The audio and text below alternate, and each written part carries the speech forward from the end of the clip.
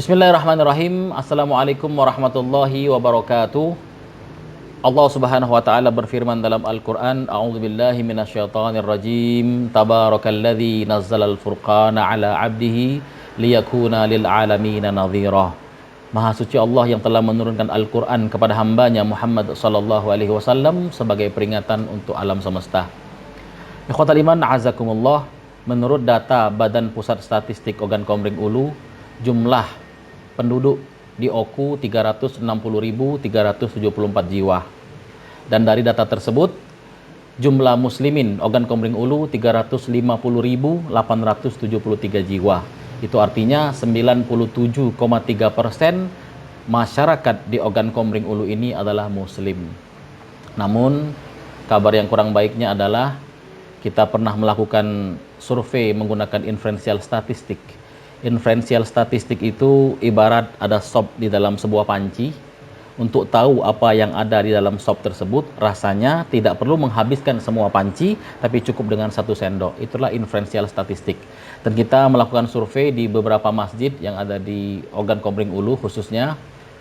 Dan kita dapati ternyata hasilnya lebih dari 75% masyarakat di Ogan Komering Ulu tidak bisa membaca Al-Quran. Innalillahi wa inna ilaihi raji'un.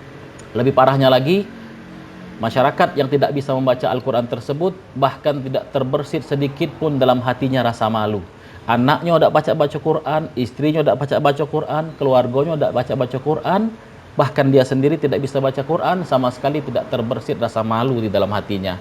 Beda kalau tidak bisa baca Latin. Kalau tidak bisa baca tulisan Latin, itu kita merasa bahwa malu, terkesi, sampai kita bawa anak kita ini kemanapun, les ini, les itu, supaya dia bisa membaca. Tapi begitukah kita untuk ayat-ayat Al-Quran? Ternyata tidak.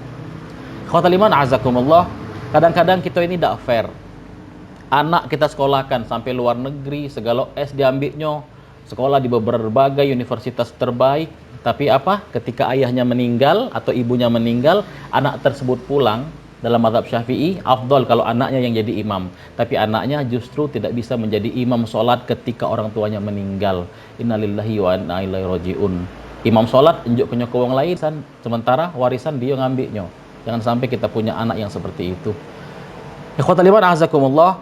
Lain hal, kita juga kadang kalau pengen cari guru biologi, harus sarjana biologi. Kalau pengen cari guru fisika, harus sarjana fisika. Kalau pengen cari guru matematika, harus sarjana matematika. Giliran Quran, guru Quran, kita tidak mau itu.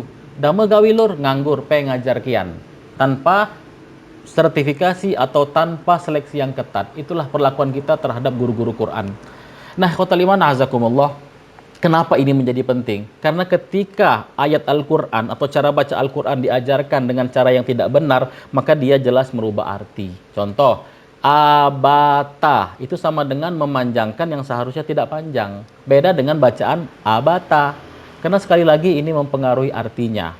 Misal, la taqrabuz zina, janganlah engkau dekati zina. Tapi kalau dibaca la taqrabuz zina, maka artinya maka berzinahlah. Hanya dengan beda panjang pendek jelas sudah merubah arti. Khotal iman, azakumullah. Mungkin kita berpikir dalam hati, akulah tua, mungkin tidak baca lagi, nak baca Al-Quran. Sebenarnya mari kita camkan kata Allah Subhanahu wa taala dalam Al-Quran, A'udzubillahi minasyaitonirrajim, walaqad yassarnal Qur'ana lidzikri fahal mim muddakir. Allah yang janji bahwa Al-Quran itu mudah. Fatal iman, azakumullah, jangan sampai kita mewariskan bacaan Al-Quran yang salah, karena yang benar itu mudah. Teringat sabda Nabi SAW, khairukum man ta'allama al-Quran wa 'allamahu. Sebaik-baik di antara kalian adalah yang belajar Al-Quran dan mengajarkannya. Jadi mari jadi bagian pemberantasan buta aksara hijaiyah. Yang baca Quran, ngajar. Yang tidak baca, belajar. Yang merasa bisa, cari guru. Pastikan bahwa bacaan Al-Quran kita benar.